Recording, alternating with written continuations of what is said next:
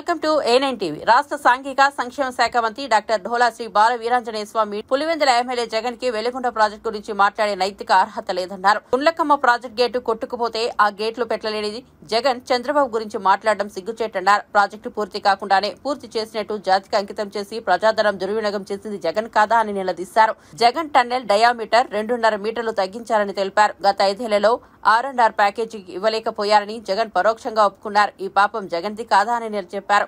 2019లో జగన్ మాయమాటలు నమ్మి ప్రజలు గెలిపిస్తే వారిని మోసం చేశారని తెలిపారు. ఈసారి ప్రకాశం జిల్లా ప్రజలు జగన్ ఫేక్ ప్రచారాన్ని తిప్పికొట్టారు. ప్రజలు బుద్ధి చెప్పినా జగన్ తన తీరు మార్చుకోకుండా పిచ్చి ప్రేలాపనాలు చేస్తున్నారని ధ్వజమెత్తారు. జగన్ ఇకరైనా తప్పుడు ప్రచారం మానుకోవాలని హితవు పలికారు. వెలుగొండ ప్రాజెక్టు గురించి మాట్లాడే అర్హత మాజీ ముఖ్యమంత్రికి లేదు. పులివెందుల ఎమ్మెల్యేగా ఉండి పిచ్చిపట్టి ప్రవర్తిస్తా ఉన్నాం. వెలుగొండ ప్రాజెక్టుని పూర్తి చేసి నీళ్లు ఇచ్చేది మేము అన్నిటికీ సిద్దపడున్నాం. వెలుగొండ ప్రాజెక్టు పూర్తి కాకుండానే జాతికి అంకితం చేస్తానని చెప్పి ప్రజాధనాన్ని దుర్వినియోగం చేసినటువంటి వ్యక్తి నువ్వు కాదా జగన్? ఈ రోజున నీ ఫేక్ ప్రచారాలతో ఫేక్ తోటి ప్రకాశం జిల్లా ప్రజలు మోసపోతారనుకున్నావు.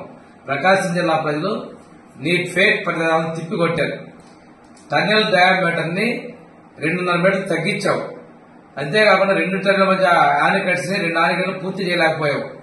R&R package settle చేయలేకపోయావు. ఈ రోజు నీ మాటల్లో కూడా R&R ప్యాకేజ్ సెటిల్ కాలేదండి పరోక్షంగా ఒప్పుకున్నావు. ఈ పాపం నీది కాదా? పశ్చిమ ప్రాంత ప్రజలు పోయినసారి ప్రకాశం జిల్లాలో నీ మీద ఆస్తులు చూసుకుని నిన్ను ముఖ్యమంత్రిగా చేస్తే ఆ ప్రాంతాన్ని నిర్లక్ష్యం చేసింది నువ్వు కాదా? ఇన్ని తప్పుడు విధానాలతో చేసి నువ్వు చంద్రబాబు నాయుడు గురించి మాట్లాడే అర్హత నీకు లేదు. ప్రజలు బుద్ధి చెప్పి 3 నెలలు కూడా పూర్తి కాల. ఏదేదో మాట్లాడుతా ఉన్నావు, పిచ్చి ప్రలాపన మాట్లాడుతున్నావు. ఈ ప్రాజెక్టును పూర్తి చేసేది పూర్తి చేసి మేము ఇస్తాము.